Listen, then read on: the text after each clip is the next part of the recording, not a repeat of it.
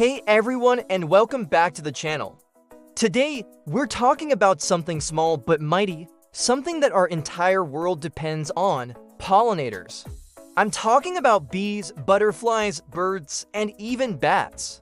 These tiny heroes are responsible for about 1 out of every 3 bites of food we eat. From the apples in your lunch to the coffee that wakes you up, we have pollinators to thank. But there's a serious problem brewing. These crucial creatures are in big trouble. Globally, pollinator populations are in a steep decline.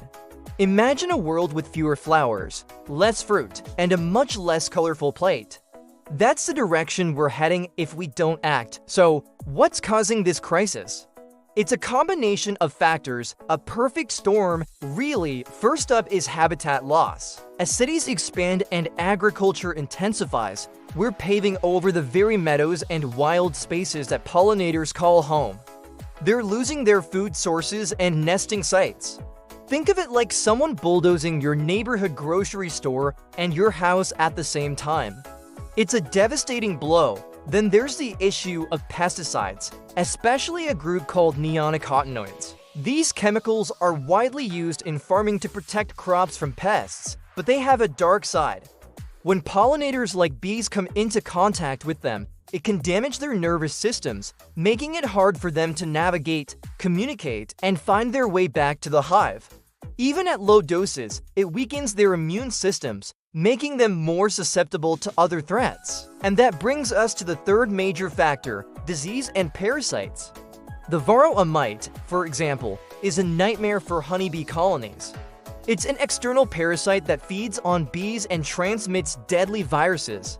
When a colony is already weakened by poor nutrition from habitat loss and exposure to pesticides, an infestation can be the final nail in the coffin. Climate change is also a huge part of this puzzle.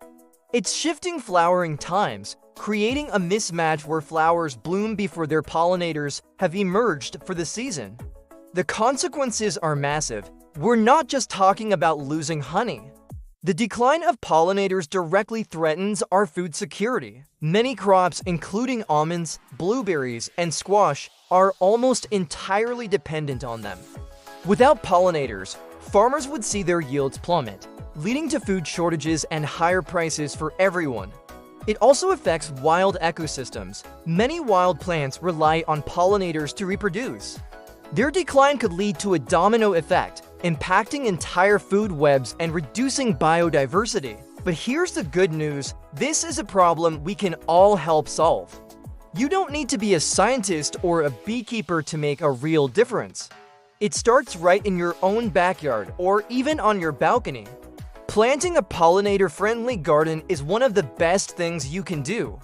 Choose native plants that bloom at different times throughout the season. Things like lavender, sunflowers, and coneflowers are fantastic choices. These provide a reliable source of nectar and pollen. Also, avoid using pesticides in your garden. There are plenty of organic and natural ways to manage pests that don't harm our pollinator friends. You can also support local, organic farmers who use sustainable practices. And a simple but effective action: create a small water source. A shallow dish with some pebbles or marbles for pollinators to land on can be a lifesaver on a hot day. We can also advocate for change on a larger scale. Support policies that protect pollinator habitats, restrict the use of harmful pesticides, and fund research into pollinator health. By spreading awareness and taking these small, collective actions, we can turn the tide. We can ensure that our world remains a vibrant, fruitful, and beautiful place for generations to come. Let's work together to give our tiny heroes the help they so desperately need. Thanks so much for watching. If you found this video helpful, please give it a thumbs up and subscribe for more content.